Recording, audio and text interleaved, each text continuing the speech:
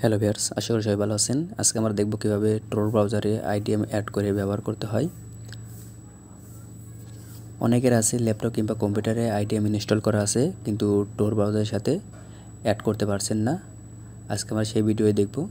এখনও যারা আমার চ্যানেলটি সাবস্ক্রাইব করেননি, অবশ্যই চ্যানেলটি সাবস্ক্রাইব করবেন এবং পাশে থাকা বেল আইকনটি অন করে দিবেন।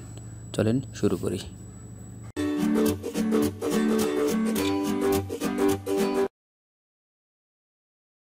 আপনারা দেখতে পাচ্ছেন প্রথমে আমরা আইডিএমটাকে ইনস্টল করে নিছি। আপনারা প্রথমে আইডিএমটাকে ইনস্টল করে নেবেন। আমার এখানে আইডিএম ইনস্টল করা আছে। এখন আমরা টোর ব্রাউজারে অ্যাড করব। আমরা টোর ব্রাউজারে চলে যাই।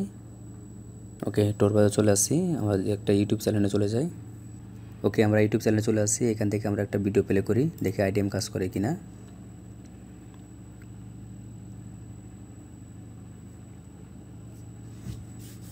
এখানে ভিডিও প্লে হয়ে গেছে, কিন্তু আইডিএম আসছে না, আইডিএম কাজ করছে না। এখন আমরা এখানে আইডিএম অ্যাড করব। ওকে, আমরা এখন টোর ব্রাউজার থেকে এই অপশনটাকে ক্লিক করব। ওকে, এখান থেকে নিচের দিকে আসেন, দেখেন এখানে লেখা আছে অ্যাড অনস অ্যান্ড থিমস। এখানে ক্লিক করব।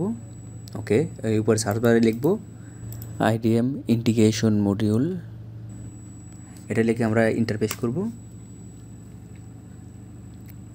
ওকে, দেখেন প্রথমে চলে আসছে আইডিএম ইন্টিগ্রেশন মডিউল। এখানে ক্লিক করব। অ্যাড টু ফায়ারবক্স, এখানে ক্লিক করব। দেখেন কন্টিনিউ ইনস্টল। ওকে, এখানে লোড নিচ্ছে, অ্যাড অ্যালাউ করে দেয় এটাকে। ওকে, এটা সেট আপ হয়ে গেছে। এখন এটাকে রিলোড করি।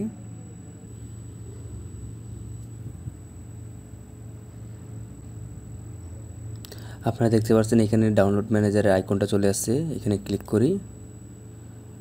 ওকে, এটা ডাউনলোড করার চেষ্টা করি।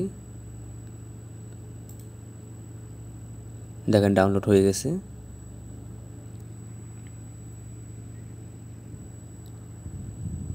ওকে, ডাউনলোড হচ্ছে, এটা হোক। আর যদি এখানে আপনারা আইডিএম লোগোটাকে চান, আর যদি আপনারা আইডিএম লোগোটাকে এখানে আনতে চান, তাহলে এখানে ক্লিক করবেন এটার উপর। এখান থেকে এটাকে অন করে দিবেন, তাহলে এটা চলে আসবে। দেখেন এটা অন হয়ে গেছে। ওকে, ডাউনলোড হচ্ছে।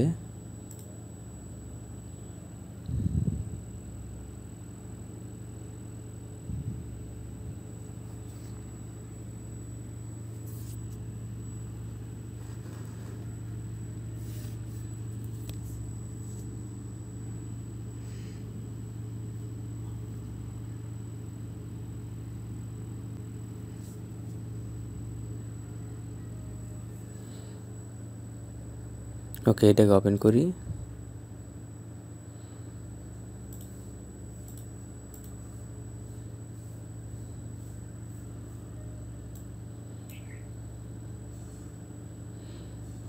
দেখেন এই যে ডাউনলোড হয়ে গেছে।